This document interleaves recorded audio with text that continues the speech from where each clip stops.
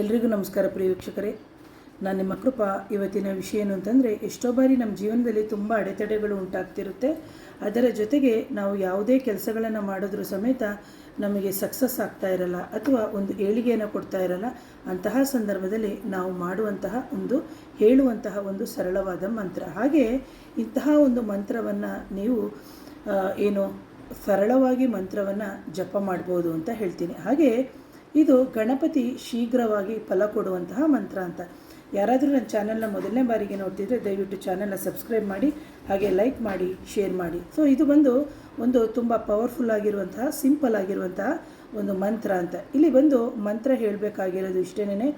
ನಿತ್ಯ ನೀವು ಬೆಳಗ್ಗೆ ಶುಚಿರ್ಭೂತರಾಗಿರಬೇಕು. ಆನಂತರ ನೀವೇನು ಮಾಡಬೇಕು, 21 ದಿನಗಳ ಕಾಲ, ಇಲ್ಲದಿದ್ದರೆ 48 ದಿನಗಳ ಕಾಲ ಸ್ಟ್ರಾಂಗ್ ಆಗಿ ನೀವು ಈ ಮಂತ್ರವನ್ನು ಮನಸ್ಸಿನಿಂದ ಅಂದರೆ ಪ್ರೀತಿಪೂರ್ವಕವಾಗಿ ಬಾಯಿ ಬಿಟ್ಟು ಈ ಮಂತ್ರವನ್ನು ಹೇಳಬೇಕು. ಈ ಮಂತ್ರ ಬಂದ್ಬಿಟ್ಟು ಓಂ ಗಂಗಣಪತೇ ನಮಃ, ಓಂ ಗಂಗಣಪತೇ ನಮಃ ಅಂತ ಹೇಳಿಬಿಟ್ಟು ಮೊದಲಿಗೆ 11 ಬಾರಿ ಶುರು ಮಾಡಿ ಮೊದಲನೇ ದಿನ, ಆನಂತರ 21 ಬಾರಿ ಚಾಂಟ್ ಮಾಡಿ ಅಂದರೆ ಎರಡನೇ ದಿನ, ಆನಂತರ ನೀವು 108 ಬಾರಿ ಹೀಗೆ ಸತತವಾಗಿ ನೀವು ಮಂತ್ರವನ್ನು ಪಠನೆ ಮಾಡ್ಕೊಂಡು ಹೋಗೋದ್ರಿಂದ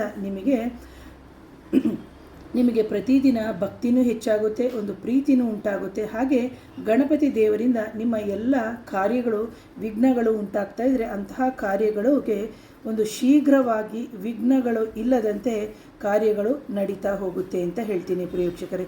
ಇದನ್ನು ಯಾವಾಗ ಮಾಡಬೇಕು ಅಂತ ನಾನು ಹೇಳಿದೆ, ಬೆಳಿಗ್ಗೆ ಮಾಡಬೇಕು. ಅಕಸ್ಮಾತ್ ನಮಗೆ ಬೆಳಿಗ್ಗೆ ಮಾಡೋಕ್ಕೆ ಸಮಯ ಇಲ್ಲ ಮೇಡಮ್, ನಾವು ಬೆಳಿಗ್ಗೆ ಮಾಡಲ್ಲ ಅಂತ ಹೇಳಿದಂಥ ಸಂದರ್ಭದಲ್ಲಿ ಸಂಜೆಯೂ ಸಮೇತ ನೀವು ಮಂತ್ರವನ್ನು ನೀವು ಪಠನೆಯನ್ನು ಮಾಡ್ಬೋದು. ಮಂತ್ರ ನಾನು ಮತ್ತೆ ಹೇಳ್ತೀನಿ. ಓಂ ಗಂಗಣಪತೇ ನಮಃ, ಓಂ ಗಂಗಣಪತೇ ನಮಃ, ಓಂ ಗಂಗಣಪತೇ ನಮಃ ಅಂತ ಹೇಳ್ಬಿಟ್ಟು ನೋಡ್ಬೋದು.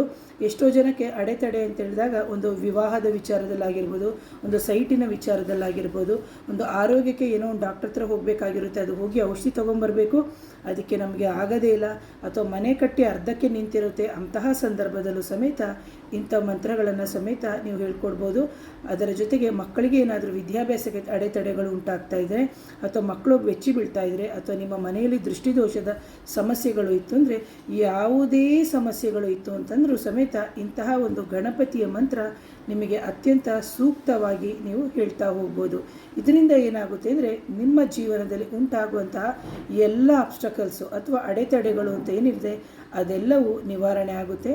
ಇದನ್ನು ಮಾಡೋಕ್ಕಿಂತ ಮುಂಚೆ ನೀವು ಕುಲದೇವರ ಒಂದು ನೆನಪನ್ನು ಮಾಡ್ಕೊಳ್ಳಿ.